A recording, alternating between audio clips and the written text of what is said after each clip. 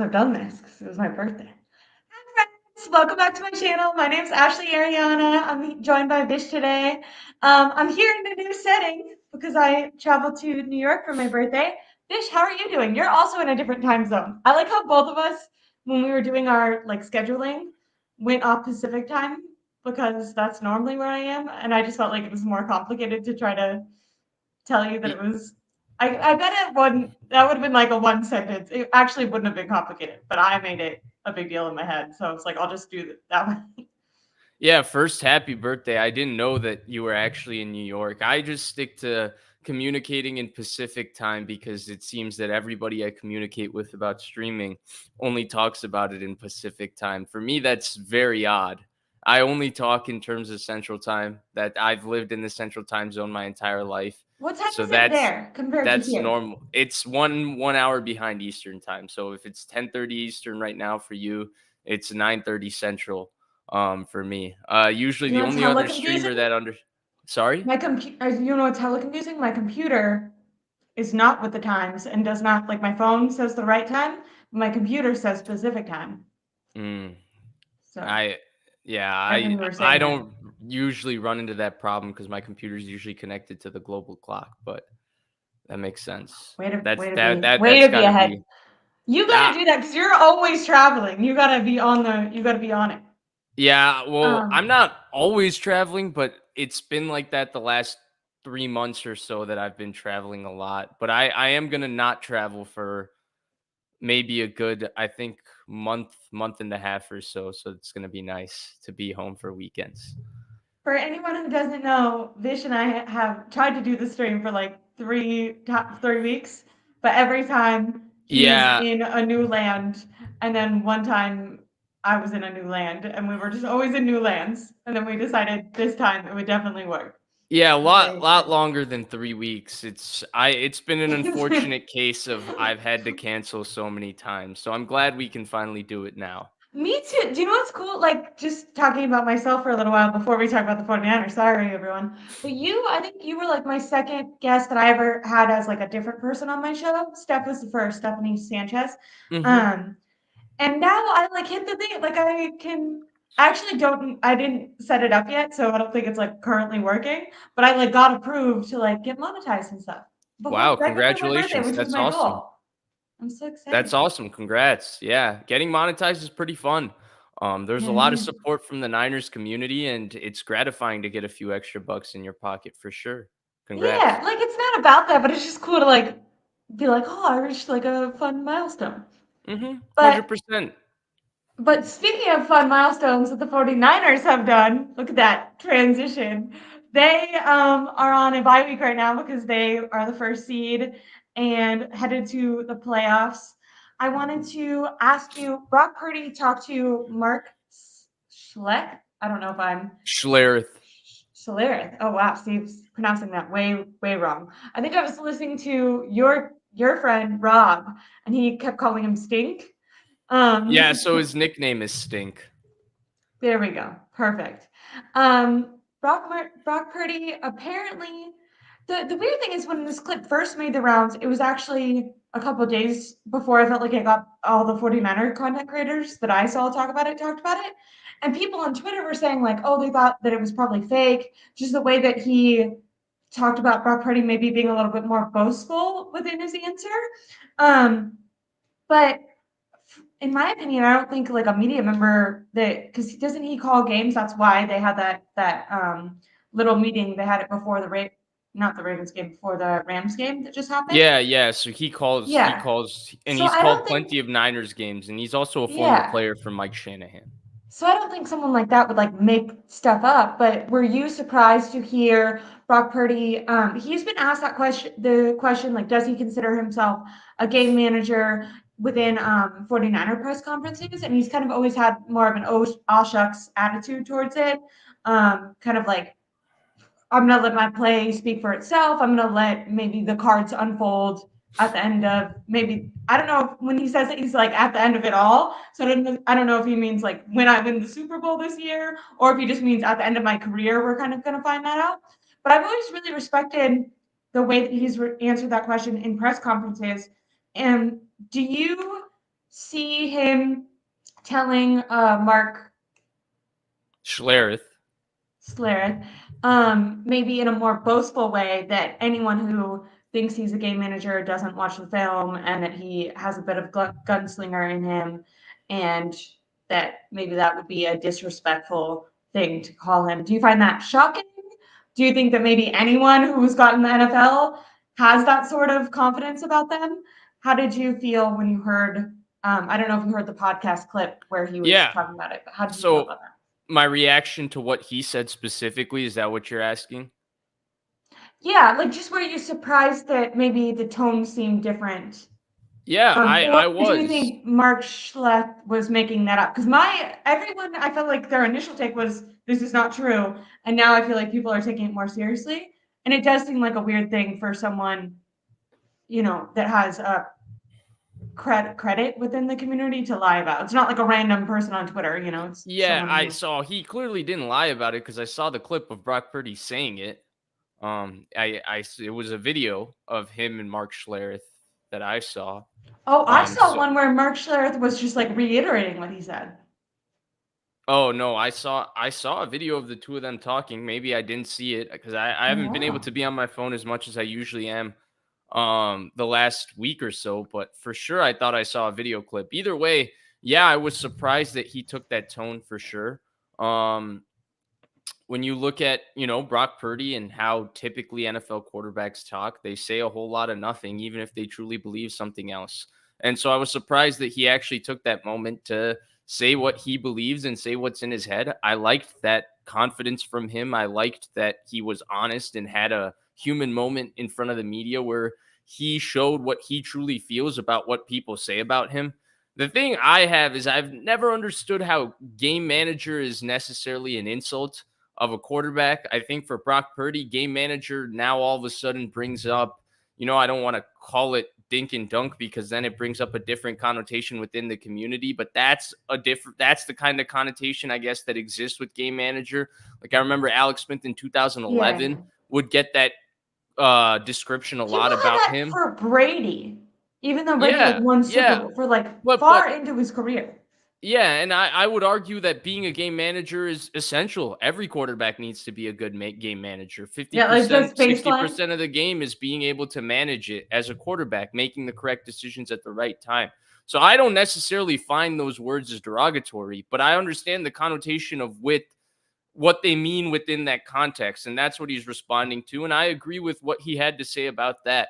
If you feel like he's not aggressive and he doesn't take chances, I think you Yeah. can watch the film and see the opposite. And I would tend to say I find him to be more reckless, actually, and a little bit more like for his physical gifts, he plays with an insane amount of confidence and an insane amount of recklessness in terms of what he attempts, the throws he attempts, the off schedule plays he attempts. And I would say none of those things indicate that he's a conservative quarterback, which is, I think, really what we're responding to when people say game manager, and which is why I brought up the dink and dunk. But that Yeah. description has been a little bit overblown because of who said it originally last year and how people have run with that narrative. It's not necessarily talked about the right way.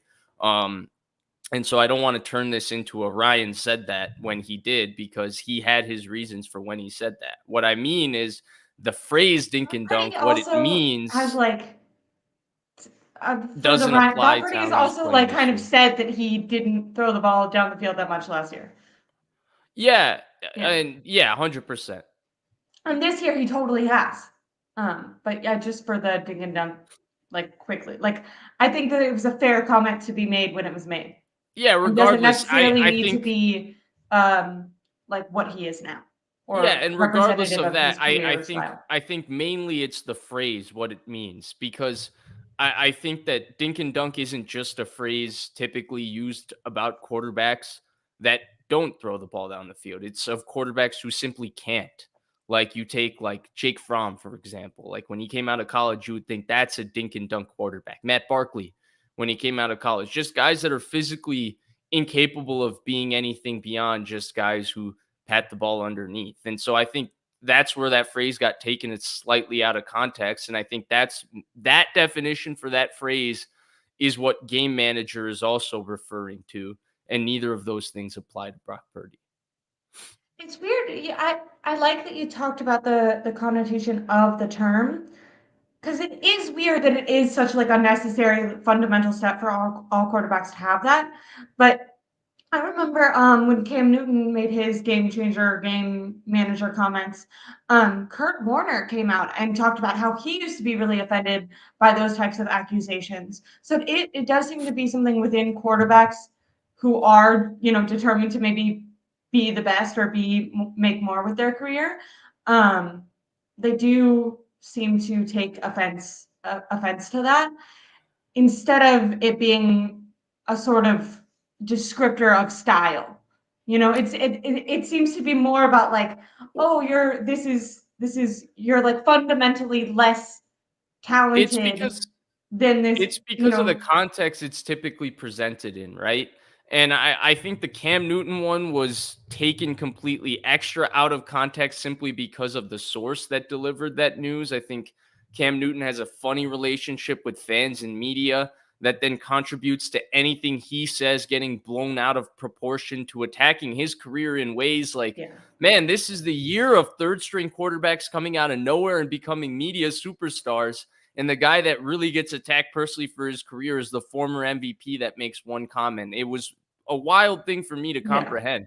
But besides that point, I think it's the context. I remember there used to be a guy on NFL Network named Jamie Dukes. And the reason I referenced this phrase to him is because I remember in 2011 when people would talk about Alex Smith, who at the time was a very conservative quarterback. That was his bounce back year, the first year with Harbaugh. He always referred to him as a game manager. And all of a sudden, like, yes, Alex Smith was managing the game, but he wasn't managing the game in the maximum way that you can manage a game to win, Like right? Because Brock optimizes. being aggressive is part of managing a game well. And if you're Yeah. conservative every time and you're not taking opportunities on third down, you need to convert third downs to win football games. And so that's where I think that the conversation is probably a tad bit more nuanced, but I think it gets degraded to this simply because of the context that game managers constantly use and does feel derogatory. But it doesn't really apply definition wise to Brock Purdy. And in fact, I would say if we're just saying game manager and saying what game means and what manager means, I would say Brock Purdy does represent that. And that's not an insult. He does manage the game extremely well. And that's important. And I agree. I think he takes calculated risks. I think maybe he has confidence in himself to make a play that's not there. I often think about the Ayuk play that it was Kyle Shanahan in the post game. I'm blanking on what game it was on, but it The was a couple of Seattle games game. ago. Yeah, where the no yes play. Yeah. And he came back in that press conference after that play turned out well and was like, I'm not going to attempt that play again because I know that was bad. And I remember thinking he's going to attempt that play again because he believes that he can make that throw. And then in the Ravens game, he attempted a similar throw and it got intercepted.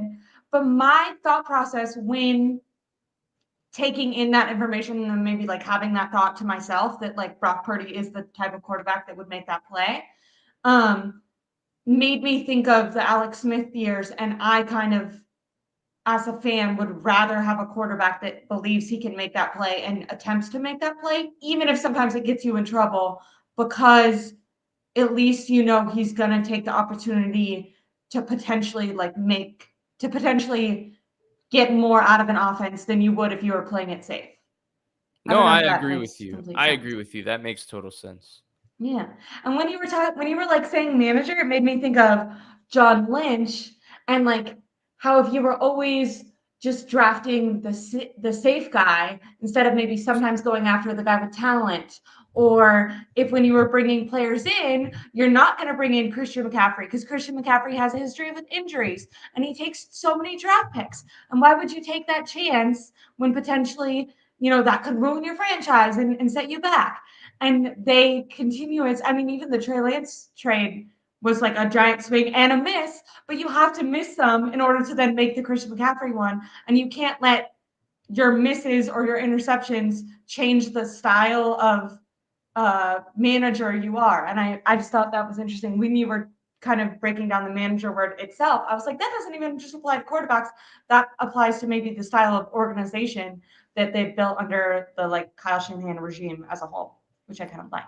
Yeah, 100%. 100%. Speaking of John Lynch, watch this not good transition. He was promoted to presidential affairs something manager. President of football operations. That would have been really great if I had that down.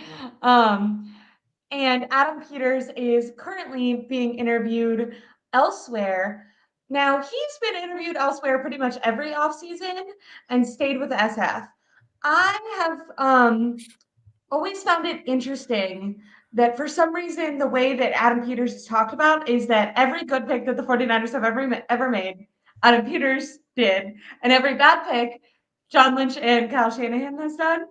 And I don't know how that gets out because I assume that like when they drafted Trey Lance, didn't Kyle Shanahan and John Lynch like not tell anyone in the organization? So I don't know how, this guy making all the correct picks and these guys not is somehow public knowledge. And it makes me think maybe that's like a rumor that's made up that somehow makes Adam Peters look really good. But do you think he's important to how important do you think Adam Peters is to SF? And this is a hypothetical question once again because you don't know. And do you assume that he'll stay in San Francisco right now, and that it would be maybe a detriment if he left? I know last season Rand Carthen left, so that'd be two major key players within the 49ers organization leaving in back-to-back years if he did leave. Yeah, I think both the questions you asked are hypothetical. Because anybody who tells you they know Adam Peters' contribution to the 49ers that's not within the 49ers and working for the organization is bullshitting you. They don't know. Nobody knows what Adam Peters is actually doing and how much value it's bringing to the organization. Here's what I do know about Adam Peters, and this is, my interpretation of watching him. He's very savvy with the media. Why do I know that? Because two different executives have been poached from this staff in this regime. One was Rand Carthon a year ago, and 2 years before that, it was Martin Mayhew. Neither of those guys had constant articles describing how good they are at drafting or how good they are at doing something. So I know Adam Peters is good with the local media. He's able to get his story out there and his narrative out there.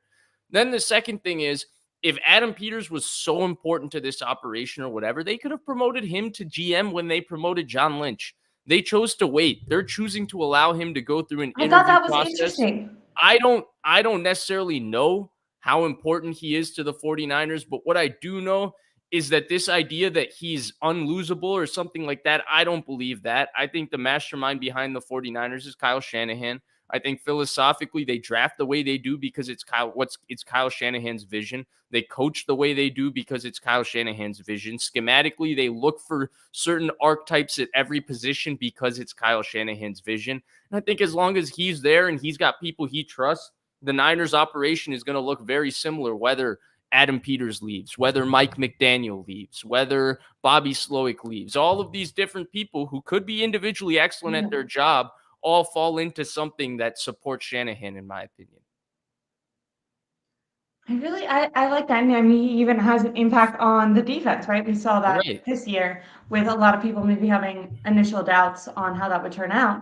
But it is kind of all his mastermind. And I remember when they were having problems, they even talked about Kyle Shanahan was going to sit in more defensive meetings.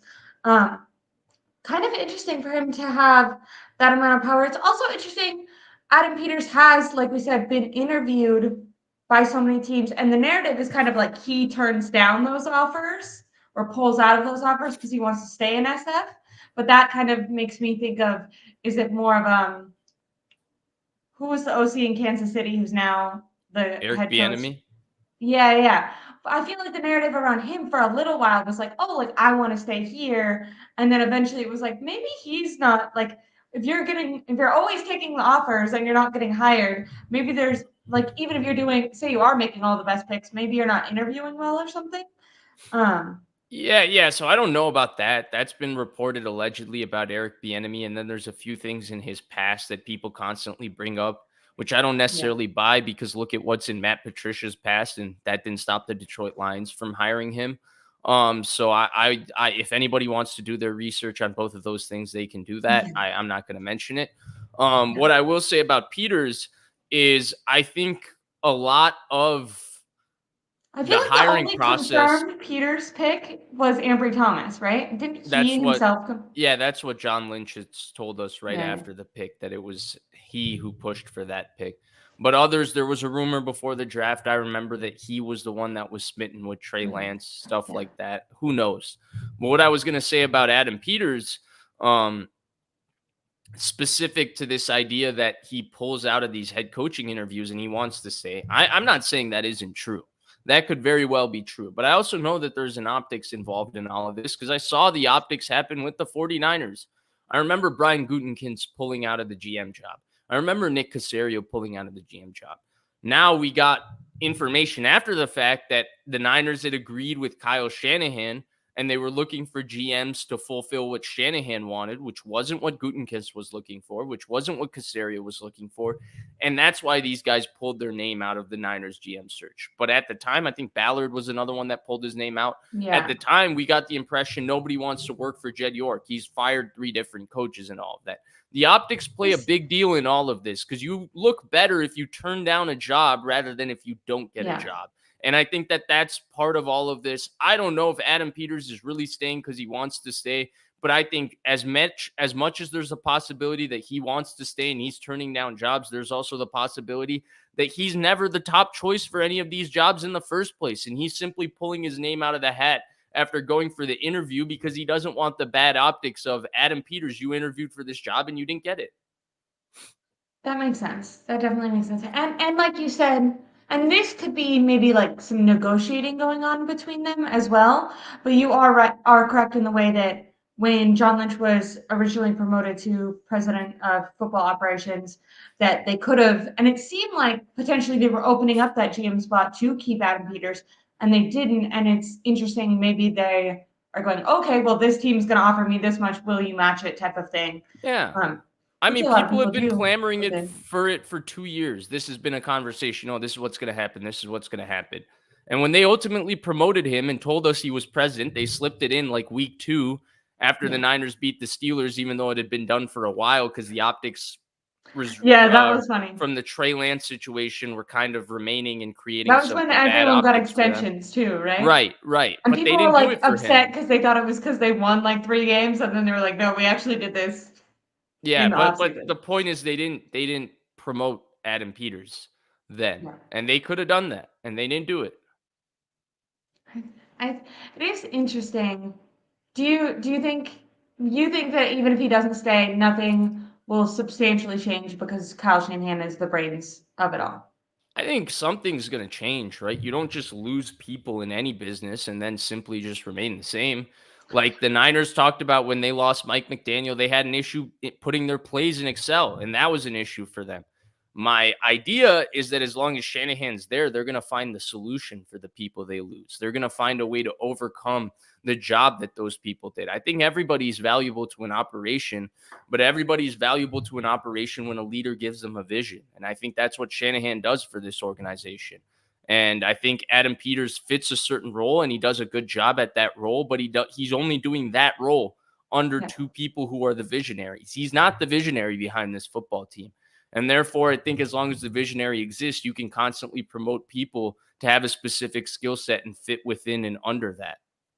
I have another hypothetical, but it's a quick one. Do you believe that John Lynch is like with the team until they get a Super Bowl because he's kind of maybe trying to check that off? Or do you think it's like a competitor thing? Like, do you think he'll want to stay with the 49ers even if they win a Super Bowl?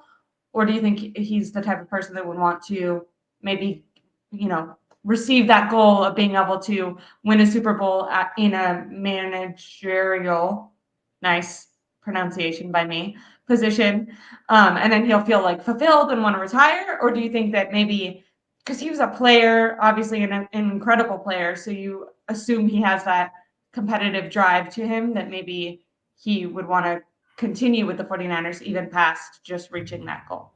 Yeah, I don't know. It's been hinted at. I mean, he turned down money that I would never turn down from Amazon already to remain with the 49ers. I think the funny thing with him psychologically is everybody says, John Lynch is a person that's accomplished everything he needs to. And therefore, once he wins a Super Bowl as the general manager, there's nothing left for him to conquer, and he can just sit back and relax. And my argument is John Lynch doesn't become John Lynch, who's achieved everything he wants to, if he was has that mindset. comfortable being able to sit back and relax. So I don't think it's as simple as, oh, now that he wins a Super Bowl, everything is satisfied for him and he can turn down the money and do that. Because they had won enough when he was offered the Amazon job, even though they didn't win a Super Bowl, for him to sit back, relax, and say goodbye. He's clearly addicted to this in a different capacity than people realize. And if they win one, who's not to say that he doesn't look at it and says, let's go win two? Yeah. Run it back type of thing. I agree.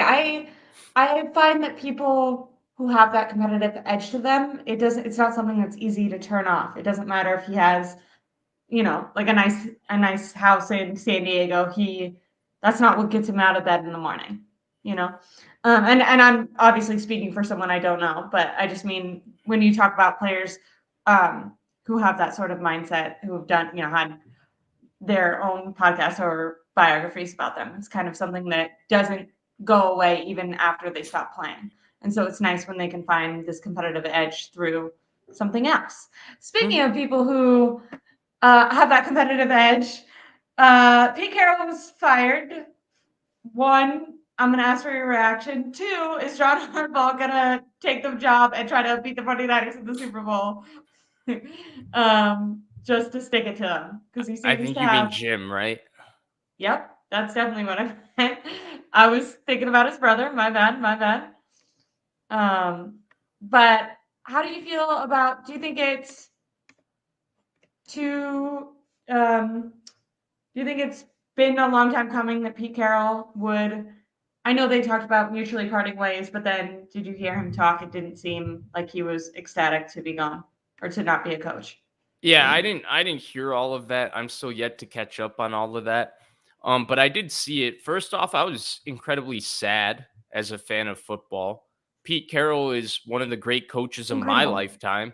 He is a great coach. It's kind of sad to see that there's going to be an NFL when Pete Carroll is not coaching as a head coach in it next year. So it seems. I felt the same way when a Brady retired, when Sean Payton originally retired, when Manning retired. Like, these are the childhood pillars of the NFL in my lifetime. So that's one thing I would say.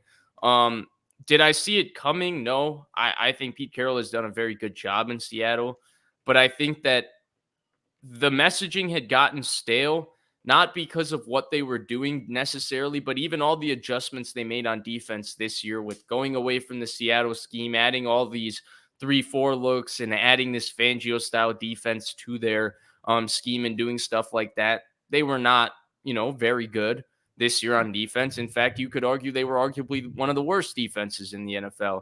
And so because of that, I understand Seattle going in a separate direction. They have a young football team. There's never been a better time to probably transition away from the oldest coach in the NFL. But I didn't feel like it was a long time coming. I still feel like Pete Carroll is a great coach. And a part of me is happy because, I got anxiety as a Niners fan watching him chew gum with the utmost confidence, regardless of score on the sideline. But yeah. I will miss him as a coach. He's one of the great coaches of my lifetime. Do you think that he will be replaced by a coach that will make an impact in the NFC West, or do you think it'll kind of be like a no-name guy? I have no clue. I mean, Seattle in my lifetime, they had Mike Kumaran forever, and then they had Pete Carroll. So I think there might have been somebody in between, if I'm not forgetting. But yeah, those are the two coaches I can really remember. They've had long tenured coaches. So I could see, them getting somebody else that's, a veteran name that's been there and been coaching for a while. If Jim Harbaugh went to Seattle, would you be more or less scared of the Seahawks compared to Pete Carroll at this stage of his career coaching? For both of them? Yeah, I think Jim Harbaugh is a great coach, but I don't see him going to Seattle. I don't know that that's necessarily the NFL job to leave what he's built in Michigan for. I just feel like the Chargers are cheap, so I don't think that they're gonna get him, but maybe they've learned from their cheapness. Maybe, but I Could think the be. Washington job makes sense. I don't know why the Bears are sticking with Matt Eberflus. I'd throw I what I know I can at saw that Jim this morning. Harbaugh. What the heck? Yeah, I'd throw what I can at Jim Harbaugh. It's a very interesting situation. I'd also love to see Harbaugh again in the NFL because I feel like he's made certain adjustments in Michigan. I want to preface this by saying I think he was a great coach. I enjoyed his time with the Niners. Yeah. I mean, who doesn't love the who's got it better than us? All of those things are fond memories. But I do remember the issues he had too, like the pre-snap penalties, the clock issues, the game management issues. All of these things did exist. I think they contributed in why the 49ers didn't win a Super Bowl in the Jim Harbaugh era. There were a few other things, but I think definitely there were coaching flaws for Jim Harbaugh that contributed towards that. And I would love to see him in the NFL now if he's improved on those things, what his approach would be, if he would still be as conservative. His brother has changed a lot over time. He seems to have His changed quite brother. a bit. We were just talking about like Adam Peters versus some other guys who got hired over Adam Peters, but didn't have maybe the public reputation that he does. And I feel that way. And potentially it's only because I'm a 49ers fan, usually on the West Coast. Maybe I just don't hear the chatter as much. But I feel like Jim Harbaugh is talked about so much more than John, even though John has the Super Bowl and has been like with the Ravens forever. And obviously, both are incredibly successful coaches with their different styles. But do you also feel that way that like Jim has more of a public appearance than John?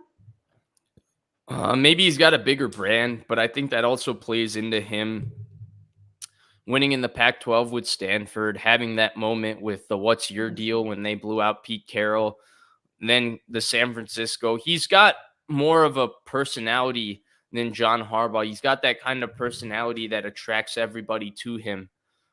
He's just got great charisma and he's got eyes on him wherever he goes. I think that's just their personalities. I think it's not really a out of proportionate credit that's given to either of I'm them. interest I'm interested in two quick questions that aren't specific to the 49ers, but when you talked about the what the heck comments, it made me think, did you see Atlanta Falcons coach Arthur kind Smith. of Arthur Smith going off on Dennis Allen? Yeah. And do you think that running up the score is disrespectful in football, or do you like it? I like, is it weird that like I don't think that you should, like, I don't care if you're winning. Like I think maybe like don't I don't even think that. I was gonna say maybe don't be like an asshole, but like I don't think it's I think the point of the game is to be, and maybe it's on like you're taking a chance in the fact as a coach that if you're like going for it up by over 20 points in the fourth quarter, like your quarterback or one of your players could get hurt. So maybe like from your team's fans perspective, you could be like, hey, don't do that. Just because you're not like protecting your players. But in the for the love of the game feel of it, for me, I don't like the call off the dogs because it makes the other team look bad type of feel that I felt like Arthur Smith was mad about. Like he was like, oh, that's more disrespectful. And my thought I is don't know if that was stop it. necessarily that situation. I don't care about running up the score. Everybody's an adult here. You get over it. Yeah. You're paid to do a job, and sometimes you have bad days on the job. That's what happens with everything. But Yeah. in terms of what they did, I think there's a built-in rule in the NFL. There's an You're understanding gonna that in be victory formation, it's neutral. You're not going to run at each other. I think it was that makes 2012 when Greg Schiano, week 1 and week 2 for the Tampa Bay Buccaneers, they were losing in victory formation. Other team would get into victory formation to win the game, and their defensive line would push in victory formation. And that caused a lot of conflict. The conflict wasn't, oh my God, they were trying to win that play game in victory formation. I think everybody's like, okay, you're trying to win the game in any capacity. It was that we have this white flag agreement, this truce agreement on this play that we're not going to hurt each other. And now you're coming and trying to hurt somebody.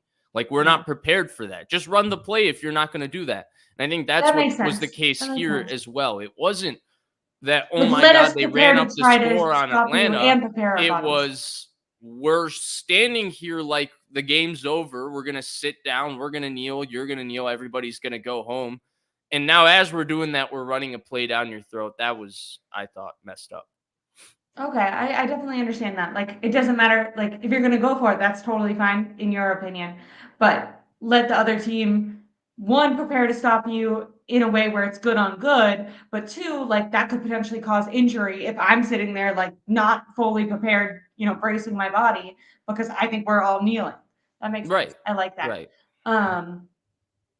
Oh, and then really quick, you talked about Bears. Do you think that they should move on from Justin Fields? I think yes, obviously, but I know that because he's won a couple of games last minute, Bears fans, feel hope for the first time. They don't know what optimism. You're in Chicago. Oh, you're the perfect person to ask about this. How do you feel, one, about Justin Fields in general? Really quick, there, maybe not. Just do you think that they should stick with him or not? And Yeah. do you have friends that like him? Because I feel like the narrative around him changed for Chicago fans. Yeah, I think people are kind of scattered. They're all over the place. I think Bears fans are sick of changing quarterbacks, and he's brought some hope because he's clearly talented. I think he's kind of in the same position Daniel Jones was in last year, where he shows enough glimpses of talent where you think he's got a chance, but there's not enough consistency for you to say, yeah, he's that guy. You don't really know if you want to pay him, let alone how much you want to pay him. And you don't know that just because you surround him with more, he's going to necessarily become that guy. I would move off of Justin Fields. My buddy Blake, who I used to do this with, said it best to me, in my opinion. I was He subscribed said, to your channel when it was Vish and Blake, by the way. yeah, there we go. Look at that. And he said it best. He said, I would move on from a quarterback unless I'm confident I'm going to pay that quarterback. Because if you're not confident that you're going to pay that quarterback, you're kind of stuck in limbo, excuse me. And instead of being stuck in limbo, if you have the opportunity to draft another quarterback on a rookie wage scale with the first pick, you're taking another chance at getting a guy that you could pay. And I understand you're never going to solve your problem moving from quarterback to quarterback, but structurally and financially, the way the NFL is built right now, the worst thing you can do is give a lot of money to a quarterback that doesn't deserve it, excuse me. And so I think that's where you are with Justin Fields, because there's no way that you can tell yourself after 4 or 3 years of this Justin Fields experience that, one, he's not a bust. He's shown that. He's clearly a starter in the NFL, but you can't tell yourself he's one of these franchise guys either. And when you can't tell yourself that and you feel like you have a contractual obligation coming up, I would just rip the Band-Aid off, let him go get the assets that you can get and build anew with all the assets you have around the next quarterback. And maybe he isn't the guy, but you're giving yourself another opportunity to find the guy. And I think Fields is close. Fields has a chance to be that guy, but he hasn't proven it yet. And you can't take the chance to pay a guy that hasn't proven it.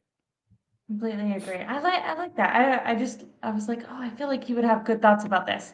Really quick, Steve Wilkes is also getting interviewed for the Chargers job. Do you think that he stays with San Francisco this year, or do you think he moves on?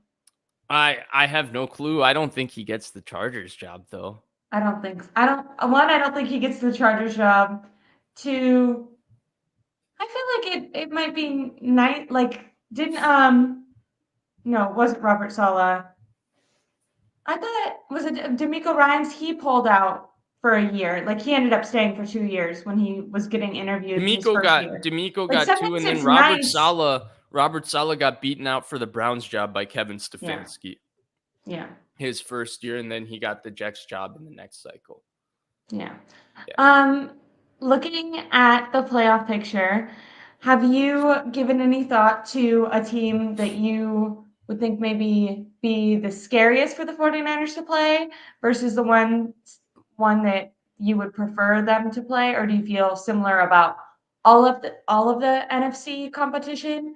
I feel like there's kind of this vibe that people assume that there's not going to be a huge challenge. Not that it won't be a hard game, but people are putting the 49ers, at least in the Super Bowl at this point. Is there any team that scares you in the way that, aside from any given Sunday, something could happen? Like, hey, no, like this team could actually cause some hesitation for the 49ers? No. Nah, I don't think. I think there's a favorable match. There's favorable matchups across the board for this 49ers team. I think it's very much an any given Sunday thing if they don't make it to the Super Bowl. Did you feel justified when Kyle Shanahan in his press conference called Matt Stafford the best quarterback he's ever evaluated earlier this week? Oh, I didn't know that, but sure, yeah. I mean, Yeah. I've been tooting that horn for so You and long. Kyle Shanahan shaking hands. Yeah, Got me. I've heard him. I mean, you hear anybody around football talk about Matt Stafford.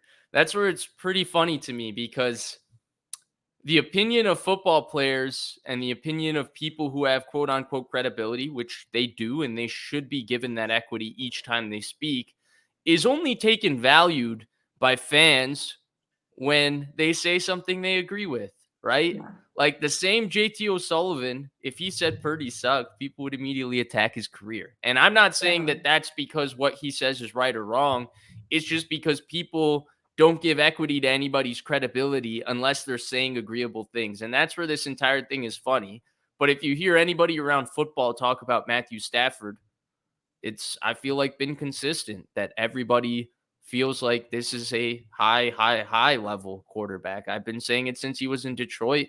And I'm not shocked that Kyle Shanahan feels that way. I mean, I remember the way I he heard used to talk someone, about him even in 2021. one of my favorite shows on you do a show with Rob, and I really like Rob, and he does a show with a girl who I'm completely blanking for some Michelle, reason. Michelle, yes.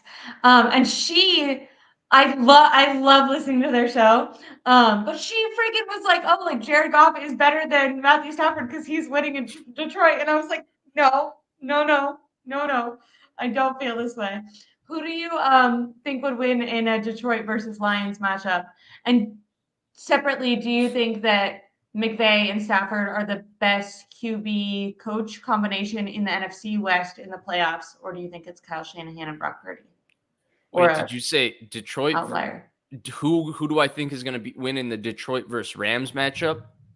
Yeah, they're playing, right? Okay, okay. Yeah, You yeah. said Detroit versus Lions, so then I got confused for a Oh, second. okay. Sorry, Yeah, sorry, okay, sorry. no worries. Yeah. So I'm not sure about that game yet. I've been away for a while, so I haven't watched as much football as I typically do. I'm still catching up. They I both think a have lot of I bad think the Rams defenses. and that's what I Both was of them. gonna say. I think the Rams have been a popular pick in that game, and I like the Rams. I like Matthew Stafford like a lot. Obviously, I have made that very clear. But You? That's crazy. Detroit has a very good offense. I was very wrong about the Lions coming into the year. I thought they were overrated. I was wrong about Dan Campbell as well. They're a lot better than I gave them credit for, and they're good. They have an excellent O line. They run the ball very well. It's not just Jahmyr Gibbs who looks like a star. It's David Montgomery too. He's terrific. Obviously, you can rattle Goff with pressure, but I don't necessarily look at the Rams as just a team that can pin their ears back on the road and generate pressure that way, especially against the Lions' offensive line. I don't know that they're going to necessarily be able to stop the Lions at home with how aggressive Dan Campbell and Ben Johnson are going to be as well. Um, Obviously, I think the Rams are the popular pick. They're definitely the most dangerous road team in this playoffs because they have Stafford. But I don't know that that one, when I look at it, at least on paper, still need to do a lot more research on it. But when I look at it on paper, I don't necessarily look at it as, ooh, the Rams are going to go in there and take down an inexperienced team. Rams are hella young. They're not the same Yeah. team that won the Super Bowl besides Stafford, Cooper Cup, Donald, and a few Now, others. the last one was, do you think that the Rams, not who do you think will win, but just talking about coach quarterback combination, do you think that Stafford and McVay are the best QB coach combination in the playoffs, or do you think that Kyle Shanahan and Brock Purdy um, are a better combination? In the Or do you think that playoffs, that's give me not a reading fair? Mahomes. Okay, in the NFC playoff, NFC. In the NFC playoffs, I mean, I guess. I think McVay, in a lot of ways, is a great coach, but I think even this year, he benefits from having a healthy Stafford. They were competitive when Stafford was healthy last year, and he was dealing with an elbow issue for the majority of the season. That was pretty serious. It's nice to have a veteran quarterback that you can drop back and he can make good decision after good decision, high level throw after high level throw. Um, I think McVay has revived their run game. He's extremely creative. Kyron Williams is really good, but I think that there's a benefit. It's definitely beneficial for him to have a young quarterback. When I look at coach quarterback and veteran quarterback, excuse me, I look at coach quarterback duo doing it together. I think Shanahan and Brock is a little bit more of a coach developing a young quarterback. To me, it's a little bit different. I guess, gun to my head, if I had to pick one or the other, I'd pick McVay and Stafford. But I think Mhm. it's very different when you're talking about that conversation about how the two collaborate. And I don't know that there's necessarily a better, there's a what works for their football teams. The Rams have a very young team, and a veteran quarterback helps them. The Niners have this expensive roster filled with superstars, and having Well, a that's young quarterback who's okay. cheap, who Yeah. plays like a veteran, is very helpful for them. So, yeah. And you chose Andy Reid and Mahomes. Mahomes is obviously the best quarterback, ever. Arguably most talented. Do you think that the Chiefs are gonna beat the Dolphins in the first round of the Yeah, playoffs? I don't like Miami though. I've never necessarily Frauds, been high fraudulent. on Miami. I don't know if I'd call them frauds. I think they are, I to feel like quote Denny people just Green, they like are them who we thought because they were. I feel like people just like them because McDaniel is easy to root for. I That's guess why I so. like them. I Like guess I so. just I like like rooting for him. McDaniel too, but they've Mhm. had every player in their front seven right now is injured. I don't know Yeah. that it's realistic to expect them to go beat Kansas City in Kansas City, and I don't think Kansas City's that good this year. They're not. Did you think it was weird, speaking about players and their opinions, the all pro list voted by players came out this morning? And Kittle was not on the list as the tight end. It was Travis Kelce. And I thought that was not even trying to be a 49ers homer, because I do think career-wise, Kelce, you should definitely give it to Kelce. But this year, I felt like Kelce has had a down year, and I feel like Kittle's kind of had a resurgence. Did you see that? It was posted by Adam Schefter this morning, and do you think that that is kind of Yeah, off? I saw the list. I wasn't really bothered by it. Do I think Kittle had a terrific season? Absolutely. Like, I think Kittle legitimately was probably the best tight end in the sport this year. He had Mhm. not only a really great season receiving, but blocking as well. It was the healthiest I've seen him at portions this season in a long time. Thought it was definitely the best football I've seen him play in a long time, and he's never been anywhere close to bad or even average. He's always been above average it basically since the start of his career. So I think both of those things are true in regard to him. Um, but I'm not shocked. I think that sometimes there's certain skill sets that players value that doesn't necessarily show up on the statistics. But hey, how we have to guard Travis Kelce, how we have to game plan for Travis I like Kelce that. That makes on a sense. week to week basis, that gives completely Like when different you're talking about perspective. Kansas City, Right. he's the player you're talking about. Where if you're Not talking about necessarily the even that, but when you're in a room and you're game planning for a team and you have to do 18 defensively, yeah. different things to stop one guy, you have a different opinion regardless of what that guy does in the game because you've invested so much into stopping that guy. And I'm not saying that doesn't happen to Kittle, but I do feel like it happens to Kelce where we see more game plan specific schemes to stop him. Whereas when Yeah. you play the Niners, probably you get Christian most McCaffrey. game plan specific schemes to stop first Christian McCaffrey and second Debo Samuel. And Yeah. so because of that, I think that that's how players look at it. And I think that that's just a difference of opinion that people are never going to understand. I But like it's that the you same look thing at as it that in, way, though. I yeah, really like it's that perspective because when you put it in those terms, I'm like, oh, I actually really agree with you. When I just saw the list, I thought of it just not even statistically, but just as their season, and I was like, it was clearly better. Like I didn't, but you're right. When you're a player, you're going to be thinking, when I'm in the defensive room, who are we? Who is it most right. important? When we're talking about the Bills, we're talking about Josh Allen.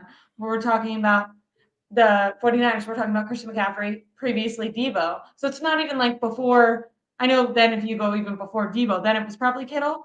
But in most players' minds, it's been a while since Kittle was the number one person that you needed to stop in the 49ers. In their Yeah. minds, if he's the only one that goes off, you could probably win. I don't know about Where all. if I you don't know about win, that. I don't know about that. But I do think if you're just comparing him to Kelsey, that's where you can have this perspective. Even though Kittle's numbers, excuse got me, too ahead of were myself. just better. Um, we're just better this year, and I think that's where I think that applies in any profession. By the way, one of my biggest pet peeves with how people talk about football is either it's just totally oriented based on their output on the field, which is part of it, right? That is an easy way to measure if somebody's better at something. What is their total statistical output? I think it plays into it. Or it's kind of a version of how would coach and teammates interact with me in my sports experience. And I'm parenthetical me in this case, quotations me. It's me as in anybody me. And so because of that, people immediately revert to what were their sports experiences. Well, for the majority of us, we're not professionals playing sports. Our sports experiences are having fun when we're 8, 9, 10, 11, 12, 13 years old, playing with our friends, how we interact with our friends as teammates. Our friend's dad is the coach. Our friend's mom and our mom is bringing orange slices and chocolate milks for us after every game. So that's how we view sports. That's how we view leaving it on the line. For these guys, this is grown men making a profession. We should view it the same way we view our own jobs and how we view people in our jobs. And for example, when you're in a job and you're in a profession, and this applies to any profession, it's just different based on capacity. There are certain people that you understand how valuable they are. You know what they do that makes them so valuable. But if you look at the output of the company, if you look at, hey, just the total statistics and all of that, another person might not be able to objectively look at that and say they're the ones that is most valuable. But when you're part of it, you totally understand who are the most meaningful people that make a job happen. And I think that's why you have certain differences of opinions between players and casual fans. And I'm not necessarily saying one is right or one is wrong. It's just that their perspectives on it are different because the fans are looking at output, which is one way to look at and measure if somebody is better at something. And then the players are looking at process because that's what they're involved in every day. And I think that's how you lead to this. I wouldn't be surprised, by the way, if Kittle does make the media all-pro team when it's all said and done. I think he probably will too.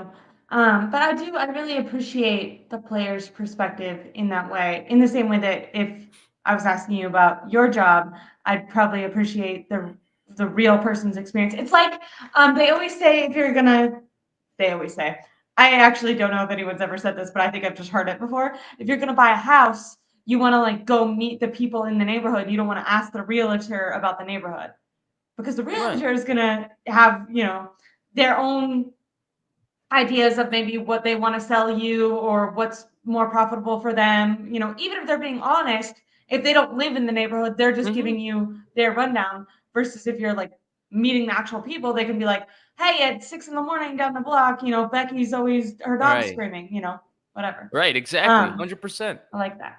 I like that a lot.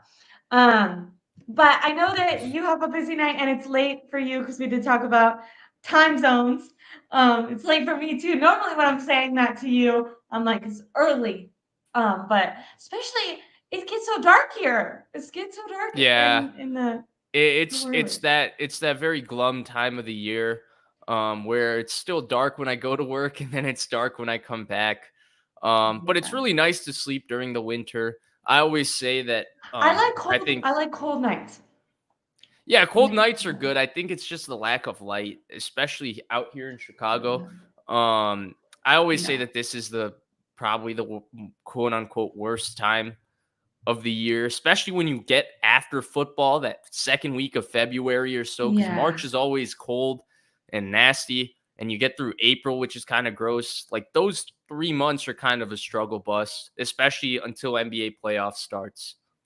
I'm like you in the way that, well, I don't know if I'm like you, but I get sad when it gets cold and dark outside early.